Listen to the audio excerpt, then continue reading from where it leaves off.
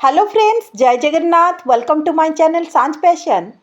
आपण मानकर चिंता अछि कि खरारे सुखी जाइतिबा गोलाप गछरे काईकि नुआ कढ़ा आसु नहीं कि नुआ डाल नुआ कढ़ कि फूल आसु नहीं। हाँ फ्रेंड्स, आसीगला टाइम एबे प्रचंड खरारे जली जाइथिबा आउ सुखी जाइथिबा गोलाप गछरे नुआ नुआ डाल नुआ कढ़ नुआ फूल पाइबार समय। कारण फ्रेंड्स, वर्षा पानी रे बहुत सारा नाइट्रोजेन थाए आउ नाइट्रोजेन ही गछरे नुआ डाल नुआ पत्र आनिबारे साहाय्य करिथाए। आउ जदि वर्षा पानी पड़िबा परे भी आपणक गछटी ग्रोथ करू नाही ताहले मु आज एमिति गोटे घरेई सार नेकी आसीची जेउटाको यूज कला माने आपणक गछटी तो पूरा गहलिया हेबो, ता सहित फूलरे लदी मध्य होई जिवो। हाँ फ्रेंड्स, किछि गछरे मु एबे मोर सेई ट्रिटमेंट करिछि माने सेई घरे सारटी को देइछि, जहा फଳରେ कि देखि नियंतु मो गछरे किपरि फूल सबु फुटिलाणी। ताहले फ्रेंड्स, आपणक बाड़ी बगीचा रे जदि गोलाप गछरे कोनोसी नुआ कढ़ा आसु नहीं कि सेठी मल्ला भली एमती पड़ी रही, ताले चलतु मु आज ये वीडियो रे आपनको एमिति गोटे घरेई सारर व्यवस्था करई देबी जहा फଳରେ कि आपण माने सेई सारटी को देले आपणकर गछरे नुआ नुआ डाल आसीबा सहित कढ़ मध्य आसीबो।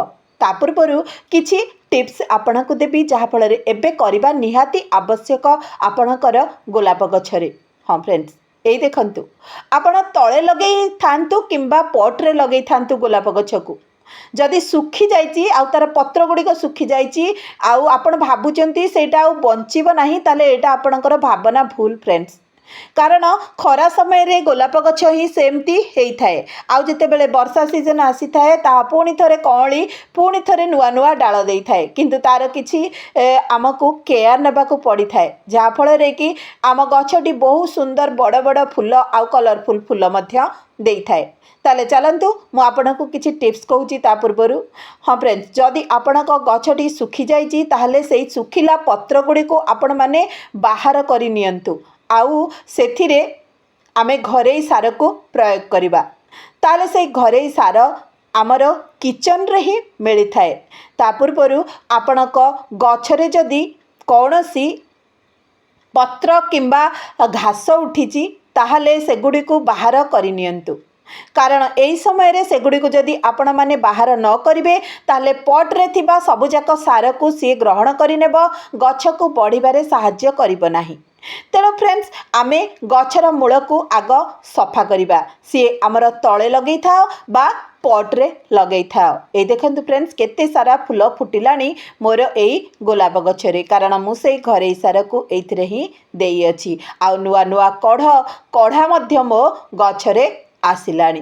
ताले चलतु से घास आउ जो सुखिला पत्र गुडी को पॉट रु भल भाबरे सफा करिदबा आउ सेथिरे गछ माटी को मध्य खुरसेई देबा।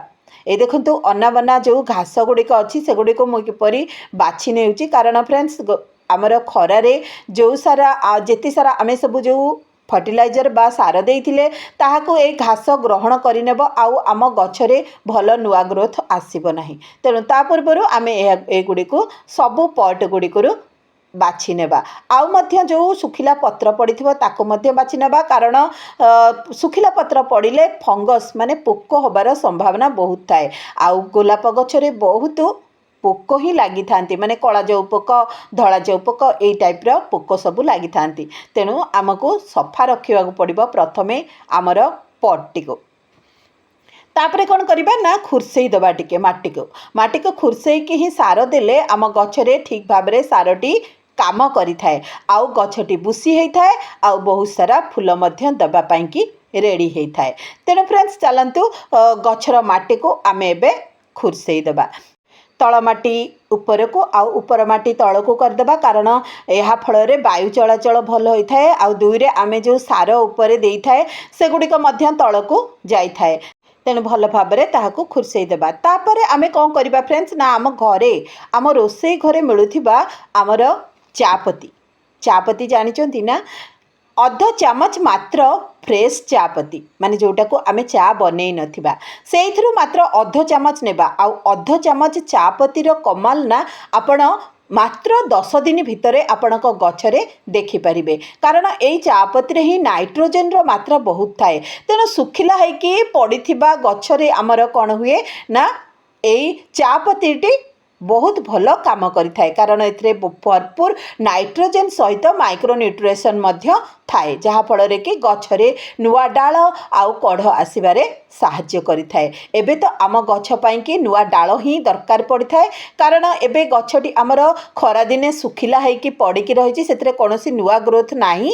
ତେଣୁ ଏବେ ଅଧ ଚାମଚ ମାତ୍ର ସବୁ ପଟରେ ଆପଣମାନେ ସେଇ ଚାପତିର ଗୁଣ୍ଡକୁ ଦେଇ ଦିଅନ୍ତୁ। ଆଉ ଦେଖନ୍ତୁ କେତେ ବଢ଼ିଆ ରେଜଲ୍ଟ ମୋ ଗଛରେ ଆପଣମାନେ ଦେଖିପାରୁଥିବେ।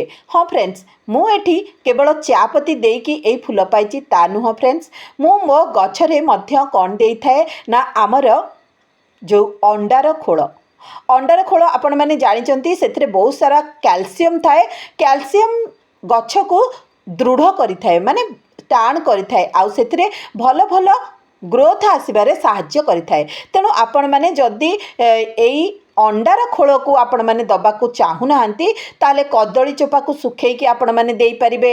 ନହେଲେ ଆପଣମାନେ ପିଆଜ ଚୋପା ଆଉ ରସୁଣ ଚୋପାକୁ ଗ୍ରାଇଣ୍ଡିଙ୍ଗ କରି ଶୁଖେଇକିରି ଗ୍ରାଇଣ୍ଡିଙ୍ଗ କରିକି ଆପଣ ଏଥିରେ ତା'ର ଗୁଣ୍ଡକୁ ମଧ୍ୟ ଦେଇପାରିବେ, ଯାହାଫଳରେ ଛୋଟ ଗଛରେ ଆପଣ ଦେଖିପାରିବେ ଏମିତି ଫୁଲ ପାଇପାରିବେ। ଅଣ୍ଡା ଯଦି ଆପଣ ଅଣ୍ଡା ଖୋଳକୁ ଦେବାକୁ ଚାହୁଁନାହାନ୍ତି ଗଛରେ, ତାହେଲେ ତା ବଦଳରେ এই କଦଳୀ ଚୋପାକୁ ଶୁଖେଇକିରି ତାକୁ ଗୁଣ୍ଡ କରି ଦିଅନ୍ତୁ। ଏଥିରେ ବହୁତ ସାରା ନାଇଟ୍ରୋଜେନ, ଫସ୍ଫରସ୍, ପୋଟାସିୟମର ମାତ୍ରା ବହୁତ ଥାଏ, ଯାହାକି ଫୁଲ ଆସିବାରେ ସାହାଯ୍ୟ କରିଥାଏ। ତେଣୁ କଦଳୀ ଚୋପାକୁ ନ ଫୋପଡ଼େଇ ତାକୁ ଶୁଖାନ୍ତୁ, ଶୁଖେଇକିରି ତାକୁ ଗ୍ରାଇଣ୍ଡିଙ୍ଗ କରିକି ଗୁଣ୍ଡ କରିକିରି ଦିଅନ୍ତୁ ଗଛର ମୂଳରେ। ପିଆଜ ଚୋପା ଆଉ ରସୁଣ ଚୋପା ମଧ୍ୟ ଆପଣମାନେ ଦେଇପାରିବେ, ଯାହାଫଳରେ କି ଏଇଭଳି ଫୁଲ ଆପଣଙ୍କ ଗଛରେ ଅତି ସହଜରେ ମିଳିପାରିବ। ଖରାଦିନ ଯାଉ ଯାଉ ବି ଦେଖନ୍ତୁ ମୋ ଗଛରେ କେତେ ସାରା କଢ଼ ଆସିଲାଣି, ଆଉ ତା ସହିତ ଫୁଲ ମଧ୍ୟ ଫୁଟିଲାଣି ଫ୍ରେଣ୍ଡସ୍। ତେଣୁ ଆପଣମାନେ ଡେରି ନ କରି ଏବେ ହିଁ ଆପଣଙ୍କ ଗଛରେ ଏଇସବୁ କାମ କରିନିଅନ୍ତୁ। ପ୍ରଥମ କାମଟି ହେଉଛି ଗଛରେ ଆମର ନୂଆ ଗ୍ରୋଥ୍ ଆଣିବା, ମାନେ ନୂଆ ଡାଳ ଆଉ ନୂଆ ପତ୍ର ସବୁ ଆଣିବା। ତେଣୁ ଆପଣମାନେ ଚାପତିର ଅଧ ଚାମଚ ଚାପତି ଲେଖା ଫ୍ରେଶ୍ ଚାପତିକୁ ଦେଇ ଦିଅନ୍ତୁ, ଦେଖିବେ ଭଲ ରେଜଲ୍ଟ ମିଳିବ। ତାପରେ ସେକେଣ୍ଡରେ ଆପଣମାନେ କ'ଣ କରିବେ ଫ୍ରେଣ୍ଡସ୍, ଦେଖନ୍ତୁ ଏଠି ମୋର ଗଛରେ ବହୁତ ସାରା ଗ୍ରୋଥ୍ ଆସିଲାଣି, ନୂଆ ଗ୍ରୋଥ୍ ଆସିଲାଣି, କିନ୍ତୁ ସେଗୁଡ଼ିକ ହଳଦିଆ ପଡ଼ିକି ଅଛି।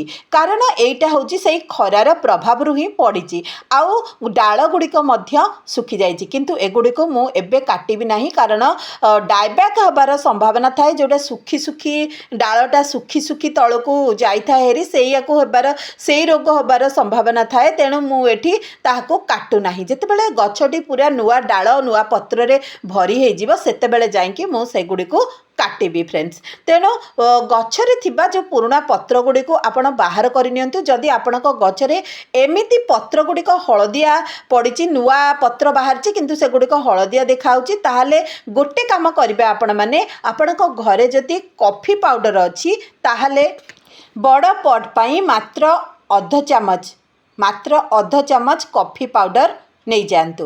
ଆଉ ଯେଉଁ ଗଛରେ ଆପଣଙ୍କର ପତ୍ର ଗୁଡ଼ିକ ହଳଦିଆ ପଡ଼ିଛି ଫ୍ରେଣ୍ଡସ୍, ସେଇ ଗଛର ମୂଳରେ ତାହାକୁ ଦେଇ ଦିଅନ୍ତୁ, ଆଉ ଦେଖିବେ କେତେ ବଢ଼ିଆ ରେଜଲ୍ଟ ଆପଣଙ୍କୁ ମିଳିପାରିବ। କାରଣ ଫ୍ରେଣ୍ଡସ୍, ଆମର ଏଇ କଫି ପାଉଡ଼ରରେ ନାଇଟ୍ରୋଜେନ, ଫସ୍ଫରସ୍, ପୋଟାସିୟମ୍ ସହିତ ଆମର ଆଇରନ୍ ଆଉ ମ୍ୟାଗ୍ନେସିୟମ୍ ବି ଅଛି, ଯାହାଫଳରେ କି ପତ୍ର ହଳଦିଆ ନ ପଡ଼ିବା ପାଇଁକି ଏହା ବହୁତ ବଢ଼ିଆ କାମ କରିଥାଏ। ତେଣୁ ମାତ୍ର ଅଧ ଚାମଚ ଏଇ କଫି ପାଉଡ଼ରକୁ ସେଇ ଗଛ ମୂଳରେ ଦେଇ ଦିଅନ୍ତୁ, ଯେଉଁ ଗଛ ଗୁଡ଼ିକରେ ଆପଣଙ୍କର ହଳଦିଆ ପତ୍ର ଗୁଡ଼ିକ ପଡ଼ିଯାଉଛି। ତେଣୁ ଦେଖନ୍ତୁ କିପରି ଭାବରେ ମୁଁ ଏଠି ଦେଇଦେଲି, ଆଉ ତାପରେ ଭଲ ଭାବରେ ପାଣି ଦେଇ ଦିଅନ୍ତୁ। ଏହିପରି ଭାବରେ ବର୍ଷା ଦିନରେ ଆପଣଙ୍କର ଗୋଲାପ ଗଛର ଯତ୍ନ ନିଅନ୍ତୁ, ଦେଖିବେ ନିଶ୍ଚିତ ଭାବରେ ନୂଆ କଢ଼ା ଆସିବ, ତା ସହିତ ଗଛଟି ଗହଳିଆ ମଧ୍ୟ ହେବ, ଆଉ ବହୁତ ସାରା ଫୁଲ ମଧ୍ୟ ଫୁଟି ପାରିବ ଫ୍ରେଣ୍ଡସ୍। ବର୍ଷା ଦିନର ଫାଇଦା ଉଠାଇ ଏହିସବୁ କାମ ଆପଣଙ୍କ ଗଛରେ କରିନିଅନ୍ତୁ। ହଁ, ବର୍ଷା ପାଣିକୁ ଯଦି ଷ୍ଟୋର୍ କରି ରଖିପାରୁଛନ୍ତି ତାହେଲେ ରଖିକରି ଗଛରେ ଦିଅନ୍ତୁ। ରହୁଛି, ଜୟ ଜଗନ୍ନାଥ।